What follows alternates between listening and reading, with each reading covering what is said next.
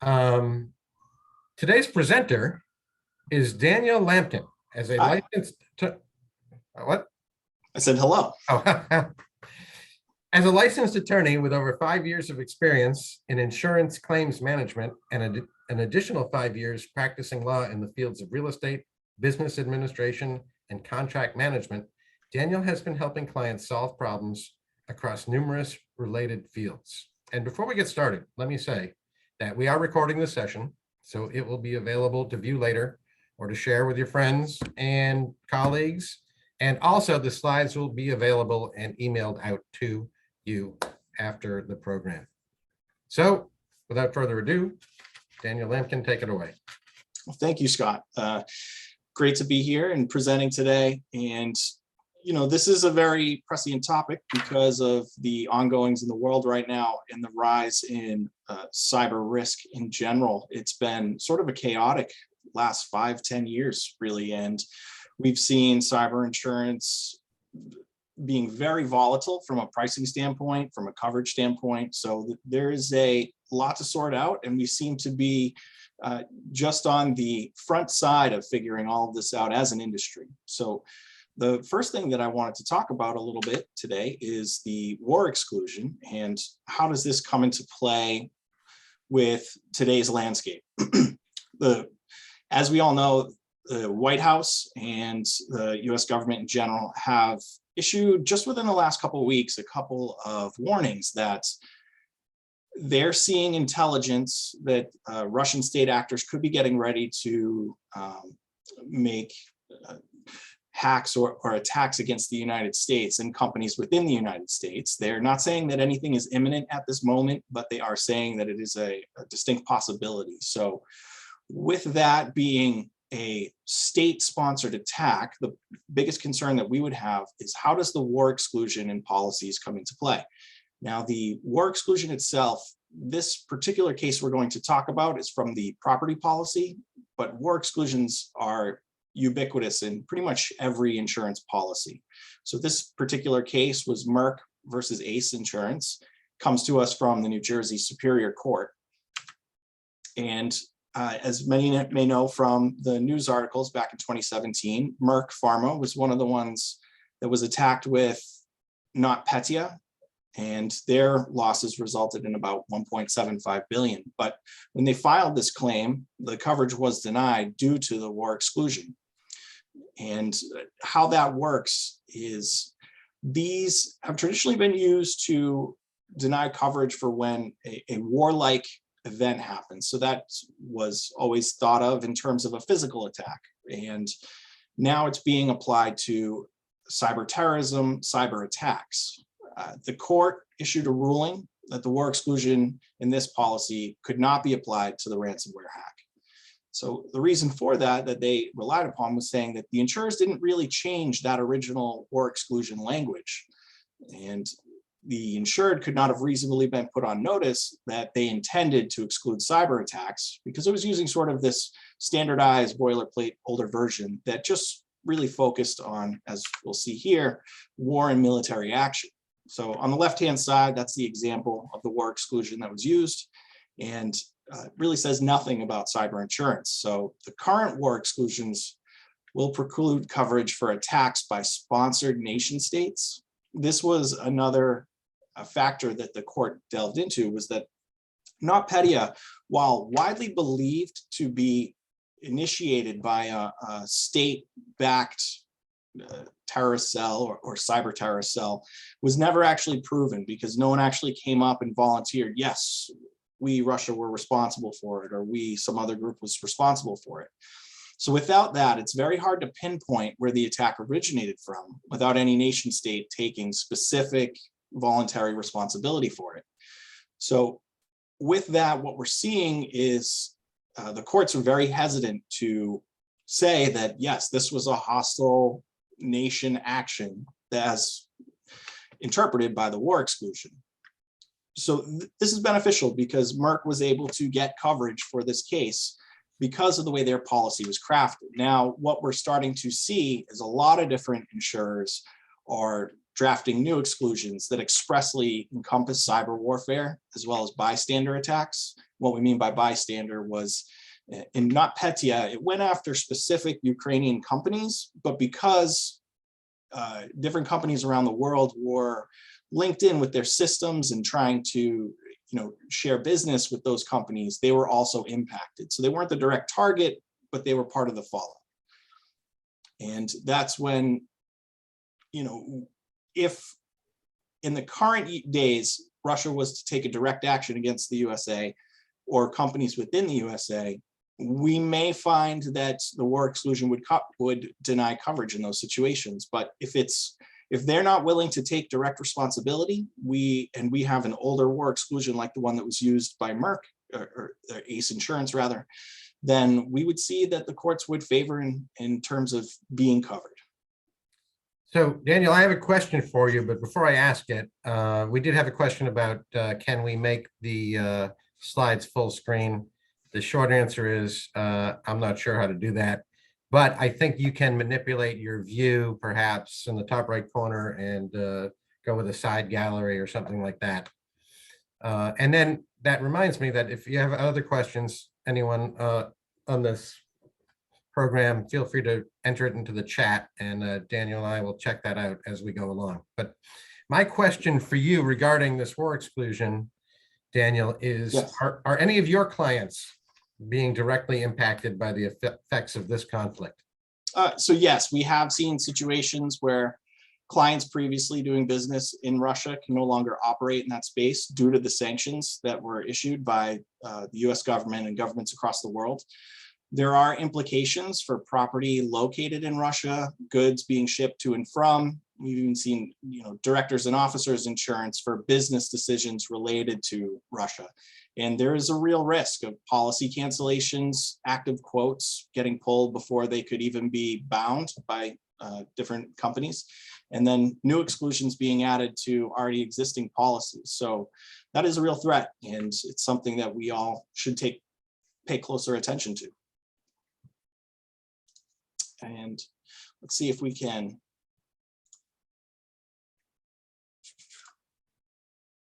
Hopefully that's better. Oh, there we go. All right. At least somebody knows how to operate this thing. So moving on, I'd like to talk a little bit about the US Treasury Department and the Office of Foreign Asset Control that they've created. What is happening on this? OFAC is maintaining a list of designated bad actors. Now, these may be groups that have been proven to be linked with different terrorist organizations or different hostile nations. And the effect of this is that the US Department of Treasury through OFAC will be hitting companies with sanctions based on paying ransomware or transferring money to any of these hacker groups that are listed on this designated bad actors list. So one of the things that we need to be careful of when a ransomware event happens, it's very important to coordinate your response with the FBI, the Department of Treasury. They have a list of different organizations you can contact to keep in touch with. Because what we'll find is that if it's just simpler and easier to pay the ransomware and have your system unlocked, if you're sending that to a group that's been designated, then you'll be subject to sanctions. And this is all in an effort to combat a trend over the last 5-10 years, which was insurance companies found that refusing to pay a ransom, then having to reconstruct and rebuild companies' systems was far more expensive than actually just paying the ransom.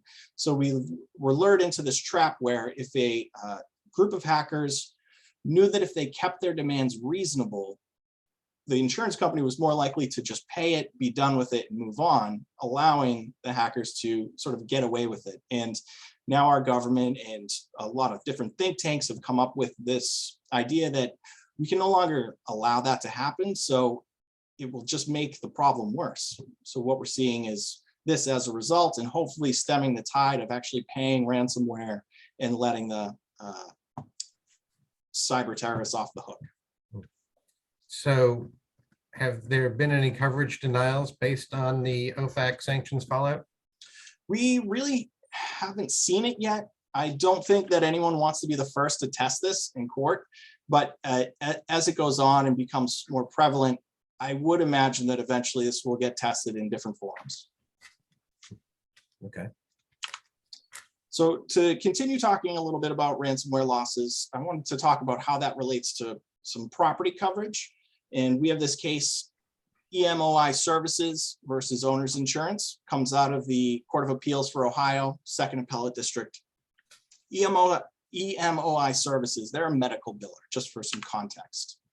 And what happened was that the hackers encrypted all the files on their system. They were able to regain access to most of the files, but unable to decrypt some of them. And their automated phone system was linked into that software. So unfortunately, their phone systems went down. So as a result, they transitioned to a new domain, better security, but the change caused problems across their various systems. Could no longer communicate with each other because they had to switch their system.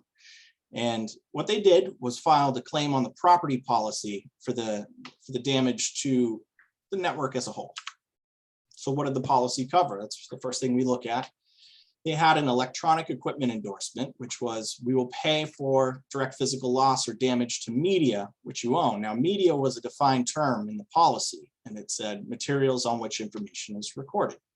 So that includes computer software and reproduction of data contained on covered media. There's sort of a linchpin in this language here that really was the basis for how the court decided this, because it was not defined in the policy what covered media meant. So the court had to interpret it, and they found that covered media to mean anything that was insured under the endorsement, simple as that. And the result of that interpretation was that since the ransomware altered the files, it changed them so that they could no longer be used, there was some tangible structure damage to them. It could be considered damage as under a property policy. So they broadly interpreted it, found the electronic equipment endorsement covered software in addition to hardware. And however, this is very specific to individual policy wordings. And it's another reason why you really need to make sure of what's going into your policies before buying them. So this will likely cause many revisions in language. The definitions in certain policies will probably get changed. It's one of those things you need to stay on top of. And I also figured that there was some possible COVID business interruption implications, since the court recognized that an incursion onto the system, which was the covered property, can give rise to a claim. Presence of COVID-19 or another virus, that also renders property unusable and could also be considered an incursion. So I would say that under this analysis should give rise to coverage in a COVID-19 situation. Well, I've got a question. Sure. Two-part. What would happen if a loss of hardware resulted in damaged records or files? Mm-hmm. And would there be coverage to recreate those files? So when files and records are damaged because of a hack, say it was encrypted and you can't get the encryption reversed, that can be incredibly expensive, especially when it's taken years or decades for a company to build up, vaults of this information that they've meticulously curated. And so that's something that could be devastating, especially to go back through and try to recreate all of that. And you may have to go back to old customers to collect that data. It may be impossible, but there is specific coverage that will pay for that. And the best thing we recommend is getting a dedicated cyber policy with provisions that will specifically cover those instances. It is available. That's good to know. Next, I'd like to talk about expanding the definition of a publication. This is in regards to the commercial general liability policy. And when you may hear someone say silent cyber, and what does that mean? Well, silent cyber is finding coverage for a cyber event in a non-dedicated cyber policy. So for instance, here, we're trying to find coverage for an event in a commercial general liability, which would have been tougher. I would assume that in this case, maybe they did not have a dedicated cyber insurance policy, but the case is Landry's versus the insurance company, the state of Pennsylvania, comes to us from the U.S. Court of Appeals, Fifth Circuit. So what happened? Landry's operates hotels and restaurants. they use this company Payment Tech to process credit card payments. And we're really dealing with two contracts here. Payment Tech's contracts with Visa and MasterCard required Payment Tech to take on the liability for fraud losses on the cards. But that wouldn't work for their business model. So they in turn passed that indemnity on to Landry's, who they're also contracting with. And the ultimate action that happened was the hacker installed skimming software on their card scanner. So when you put in your card, it takes the data, records it in a chip. The hacker can come back later and take the chip out and download the data. Payment Tech sued Landry's for publishing credit card data in violation of the contract indemnity that they had. So Landry's filed a claim on their general liability policy under personal and advertising injury. So the insuring agreement, what did the policy say? What did it cover? That they would pay those sums that Landry's becomes obligated to pay because of personal and advertising injury. We need to know what that is. It is defined in the policy specifically. So injury arising out of publication in any manner of material that violates right of privacy. So important to note here that this arising out of language, we see it all the time. It's become standard lexicon for people typing up insurance policies. And most often we see it in the realm of an exclusion where they're trying to rope in every possible circumstance that may come from a certain act to be excluded. But in this case, we'll see that it sort of backfires a little bit on the carrier. So the district court initially denied Landry's claims against the carrier. They ruled that hacking into a system and stealing credit card data is not a publication. There was no violation of a person's right to privacy because that underlying claim was based on a contract breach, not a cardholder's privacy claim. So does a data hack equal publication? And we find from the appeal that yes, this should be covered under this specific set of facts and the specific policy. So while the policy did not define publication, court used a broad dictionary definition, as they are wont to do when there's no specific terms outlining it. The underlying claim by Payment Tech specifically claimed that Landry's published this credit card data.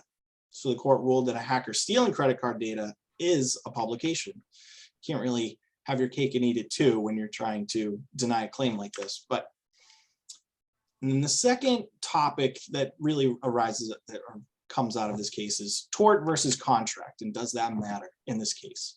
So the carrier claimed only had a duty to defend when individuals sue for privacy breach, not the contract breach. The policy stated arising out of the violation of a person's right to privacy. So as I mentioned, this arising out of language backfires against the carrier here.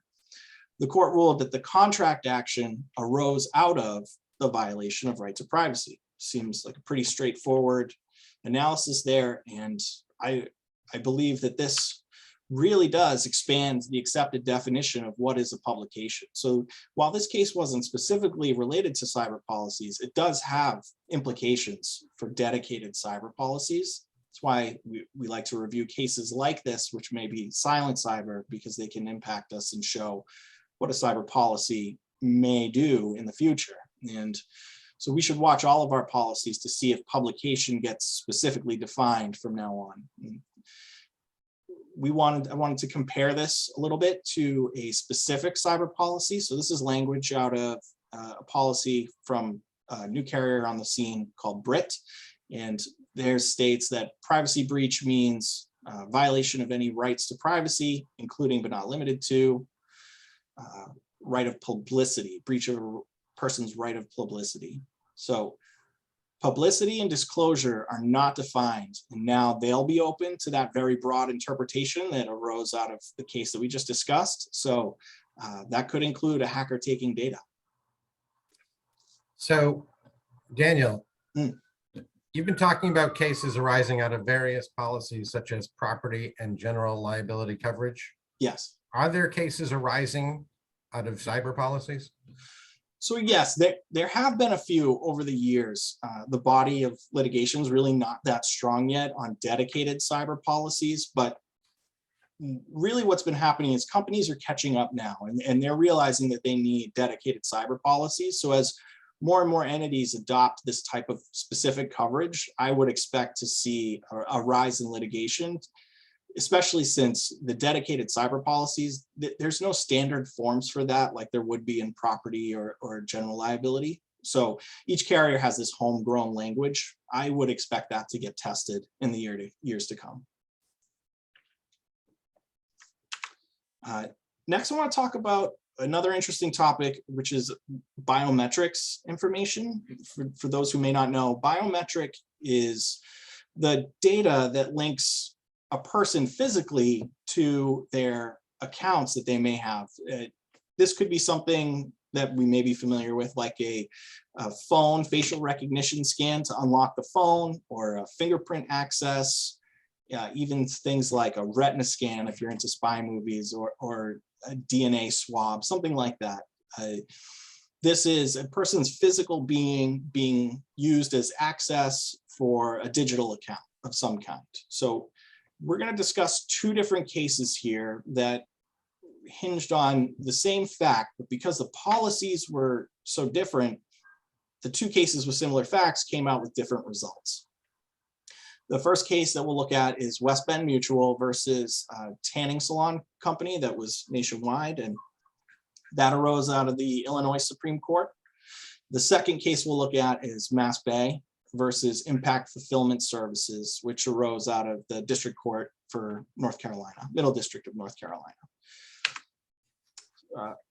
So the Biometric Information Privacy Act, this is a statute that protects that biometric information. It is in these cases specific to the Illinois version of the statute. So in West Bend, the national chain tanning salon required members to give fingerprints to access their membership. So you scan your finger, you go in and you gain access to the facilities. Whereas in Mass Bay, employer required staff to give fingerprints for clocking in and clocking out. So you show up in the morning, scan your fingerprint, go sit at your desk and work, and same on the way out. West Bend was covered, Mass Bay was not covered. We'll see why. In West Bend, they use the same reasoning in Landry's, a very broad publication definition to establish this obligation to cover it. And they allege that the distribution of material exclusion should apply. That was the carrier saying that this exclusion should apply. It's an older version of the exclusion in their policy, however. The exclusion deals specifically with the TCPA, CAN-SPAM, and the Fair Credit Reporting Acts. So these are acts that go way back in time and guard specifically faxes and emails, not the use of fingerprinting software. So the court ruled that this exclusion couldn't apply because it never anticipated the type of data that was being used in the case. However, in Mass Bay, the court said that the carrier was right to deny coverage. And this is specifically because they used a newer version of the exclusion, which is called the recording and distribution of material or information in violation of law. So this, the way this is structured, it has 4 sections to it. I'm only showing the 4th here because the first 3 deal specifically with TCPA, CAN-SPAM, FCRA, and that's what West Bend used.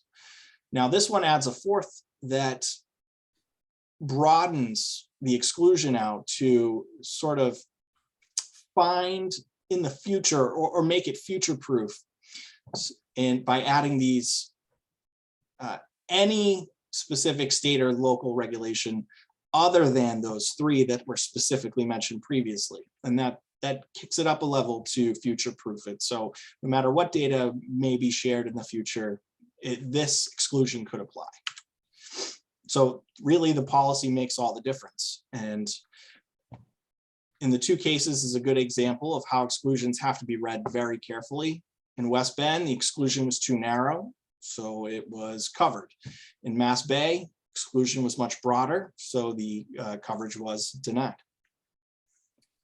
So how often do carriers issue new versions of exclusions to compensate for evolving case law?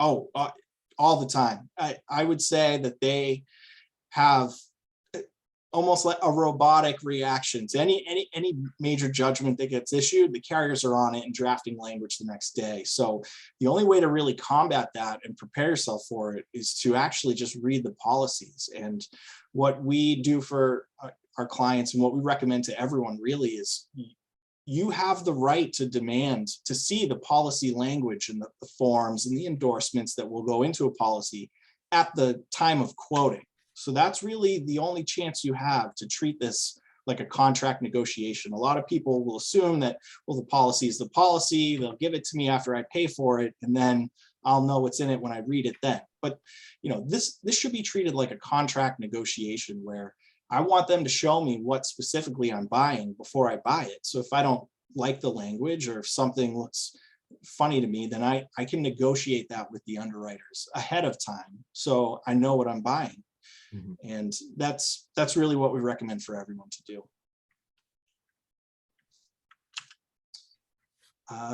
And finally, I want to look ahead a little bit here at a recent big ruling from the Supreme Court. Now, this Ramirez versus TransUnion case was not really specific to cyber. However, it does have huge cyber implications. And what happened here was that the Supreme Court back in June 2021 issued a new ruling on what constitutes injury in fact under Article 3 standing. And the court specific words was that only plaintiffs concretely harmed by a defendant's statutory violation have this Article 3 standing to get damages against the private defendant. And just as a refresher, Article 3 standing requires an injury in fact. The injury was caused by the defendant's conduct, and the injury can likely be redressed by favorable judicial decision. So this is really what grants standing for any one person to file in court and say, hey, I've been harmed, I need relief. If you can't clear this initial hurdle, the case dies. So what does this mean for us? The plaintiffs must suffer actual harm before they will be allowed to join the lawsuit. So in Ramirez, what happened was TransUnion had erroneous credit reporting data on millions of people. And the court said that the mere existence of erroneous data was not enough to join the class seeking damages. You had to actually be harmed in some way by that, whether that was denied on a credit application or charged a higher interest rate, something like that would have had to have been an actual fact in the case. You couldn't just say, well, it was on there, but it didn't impact me. That would not be enough. So we see that this can apply to cyber data breaches. It hasn't been tested yet, but our analysis shows that simply having your data released could be enough or wouldn't be enough to actually show actual harm. There would have to be some financial piece to that that would rise to the level of Article 3 standing. So first of all, last call for anyone that wants to ask a question in chat, but regarding this last section, haven't courts previously ruled that release of privacy data could be a de facto harm under Article 3? So yes, that's true, that previously under the Fair Credit Reporting Act, a simple release of data was considered a de facto harm. So this Ramirez decision is really a reversal in that trend. So I, for one, am very interested to see how this plays out going forward, especially in other realms. If this is, if this gets linked to cyber cases specifically, that will be, it will be great for companies and bad for plaintiffs. To spell it out matter of factly. So yes, that was the case before, that a release of data was de facto harm, but now the courts reverse this trend. So we'll see where it goes from here. And that's all that I have to discuss today, Scott. I greatly appreciate you bringing me on to do this presentation. And I thank everyone for watching today. Sure. It's a lot of information to digest. Where can people go? Can people find more information and answers to questions on your website? Absolutely. Licatarisk.com. We have tons of resources, not just on cyber risk, but on all kinds of topics. And our our founder, Frank, he keeps a well-populated blog section on there with tons of valuable information. And I highly recommend that if anyone has more questions about this or other risk management topics to check it out. And I believe we're going to be making this presentation available as well, Scott. Is that Yep, it has been recorded and the slides will be distributed. And that's it. Just a reminder that Licata Risk has been voted more than once the #1 risk advisors in the Lawyers Weekly annual reader ranking poll. So thank you for presenting today, and good luck to everybody. Look to see more programs like this at Licata Risk's website. Thank you very much, Scott. It's been an honor.